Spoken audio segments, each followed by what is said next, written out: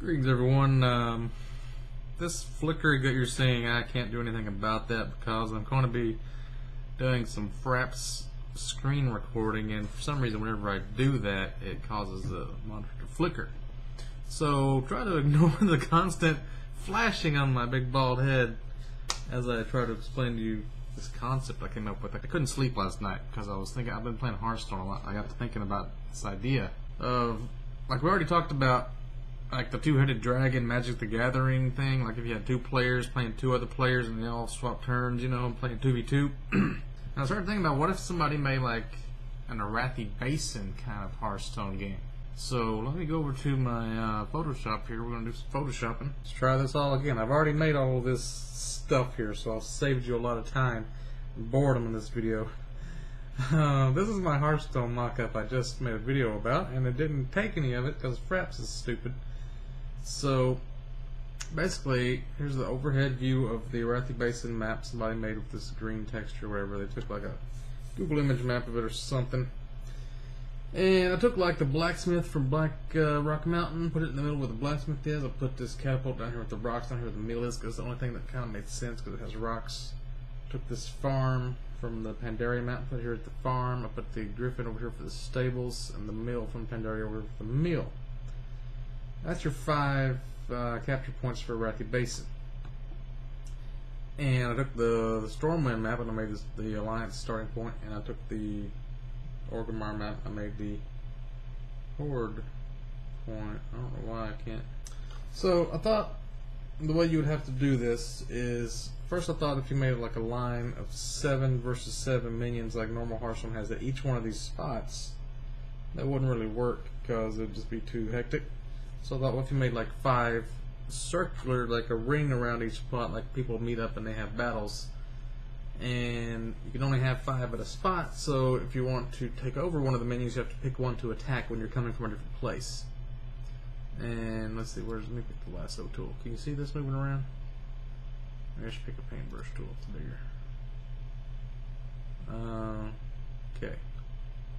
Let me actually open some cards. Just got the Powermancer and some guys. Okay.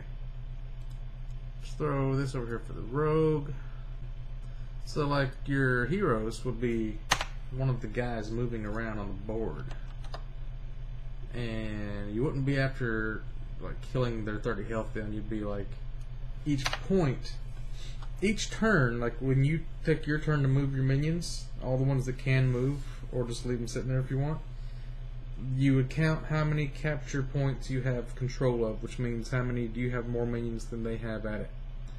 So if you have 3 minions at a point, you're guaranteed to hold it. If you have 1 there and nobody else has any, then you get a point for that. So like if you bring your rogue out first thing, since it's your hero, you probably go straight for the, I should put all these on. I think a lot of the lower level cards would be really good for this, like your, what's the stupid one? The wavy hand target dummy. Target dummy and shitty taunts will be really good because you just put them in a spot, and if somebody comes in and trades with them, you just bring in another minion that could equal it and trade it back, and you keep the spots longer. And it's basically what you do is just hold out as many points as you can, capture and hold. Which one is this? Okay, so we say you got a rogue here. What's this one? And let's say you got a knife juggler here, and the paladin came out. Let's say he's like on the way. These spots right here I haven't mentioned in this video yet. The ones that are on the way between the two things, you get a good bright color like red. Okay, you got 5 circles around each spot, and then on the way, say if you're going to go from this area, what is it, the stables to the mine, you got to stop here. There's only room for 1 person there, and if you want to go from here to here, you'd have to stop here. If you want to go from farm to mill, you'd have to stop here. If you want to go all the way from mill to stables, you'd have to stop here. That's what these little stopping points are, because this is like too far to go in one move. But you could go straight from like stables to blacksmith, here to blacksmith, here to blacksmith, or here to blacksmith. So the blacksmith is kind of like the key to the operations. Leave all that crap off. Okay, so I think like cards like muster would be overpowered. If you got your paladin at the blacksmith, you summon muster, you got 3 dudes sitting there. You'd have to play like a knife juggler or like a fan of knives, let's say. So how would the spells work? Do you have to have a rogue at the blacksmith and then play fan of knives that kills everything at the blacksmith? Or would it just you play it and it just kills everything on the board no matter where it is? All the enemies. It does 1 damage to everything everywhere. Or if you play a pyromancer and you summon a crocodile back here where he hasn't even taken off from the starting zone yet, does it hit everything for 1? Because some of the cards wouldn't seem like they would work right. And like say you had a piloted shredder, which is a 4/3, fighting against a 3/5 that's sitting here on this middle point. The piloted shredder would get killed, but then it would leave behind one. You can't have 2 at this point, so how would that work? Where would the minion go? And things like that I haven't really worked out yet. I just have like a basic concept of like this. So you'd play to 30 points instead of 30 health. You would get each turn. Like I move all the minions that I can move, and I try to hold as many points as I can hold, and then you count them up at the end of each turn. Like say if I had like 2 points held for the first turn, well you probably couldn't because you'd only have to summon 1. You wouldn't be able to get a starting gate yet. So you just move your hero up 1 to the farm. You get 1 point off turn 1, and then the other guy would get 1 point. And then turn 2, you'd move him up to the blacksmith, and the other guy would move to the blacksmith. And you might be able to, like, if you're a warrior, have a weapon, and you could hit the guy, but you wouldn't be able to kill him because he's a hero. So that would be contention. Or you could go to the mine with your hero, and the other guy could go to the blacksmith, and you'd both get a point again. It'd be 2 versus 2 to 2, and you can move your dude up to like the mill, or you can move him up to where your other guy's hero was, and you could hold that one neutral, so then nobody would get a point there, and you'd be up 1 because you had a guy at the mill and a guy at the blacksmith. On the second turn, you should be up a point, but then he could probably kill it somehow. So it'd be a lot like Hearthstone, but it's more like a single. Maybe you could even do 2v2, like 2 actual people doing this, moving heroes around. I don't know how the spell interactions would work, or how the creature interactions would work, or like I said, with the piloted shredder leaving shit behind. But if you were managed to actually kill a hero, I think you should probably get like 10 points instead of, or like to speed the game along, you get 10 points to kill a hero. So it'd be really hard to do, because they could always just move away and heal up, or they could just, I don't know. I figure a game would probably last about 12 to 15 turns at most. And when you summon minions, how should that work? Should it summon it, like if you're paladin, I don't know which one the paladin was. No, not that one. No. Paladin. Let's say the paladin is at the mine, right? And he plays muster. Does it summon 3 dudes around him at the mine? Or do the 3 dudes come back over here at the alliance starting area? And then you gotta move each one of them up to a place. I think they should have to do that, like move from point to point.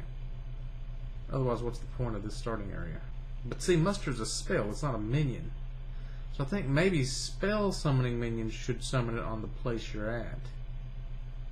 Yeah, I think that's how it should work.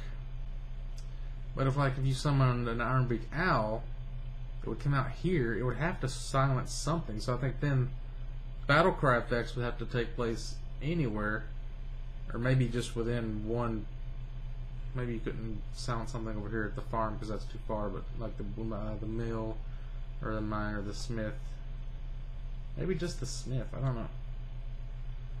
Yeah, maybe just the smith, because that's 1 turn away.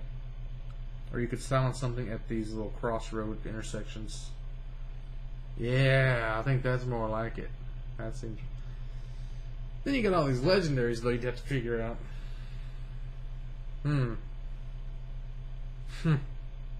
So you had a Sylvanas, for example, and then it steals a minion from across the board. Does it come over to where Sylvanas was, or does it stay where it was? Does Ragnaros throw 8 damage anywhere? I don't know how this will work. But I think it'll be a fun fucking game. I think a lot of the low drops, like the shitty taunts, will be really valuable because you get them out early and you start moving position, you get early points. Like the high end stuff would be good for clearing stuff, but it wouldn't be as easy to get out in time because the game would already pretty much be set unless you could perfectly match your enemies' low drops or have enough removal to like get them off the point. But then they would still get the 1 point on their turn because it counts every turn. Otherwise, one person would have an advantage if you let the second person always decide who's going to be where. You know what I'm saying? But that's just an idea I had. I haven't been able to sleep, so now maybe that I got the idea out there, I can get some rest. You guys think about it. Let me know what you think. By the way, Crip made a video the other day about the different game boards, and he was talking about the farm on Pandaria, how he got 3 boots to come out. And I found a picture of that.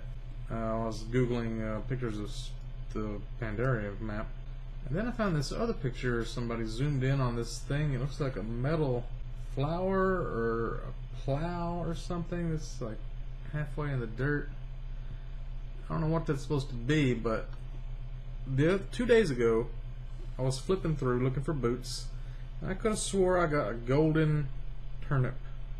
It was like a yellow round thing. Maybe it was just a regular turnip, but I clicked it too fast and it was hallucinating or something, but I'm pretty sure it was a golden turnip. I think there's a lot of like rare things you can find in this Pandarian farm. I didn't even know about this squeaky doll you could get in the Black Rock Mountain lava either, so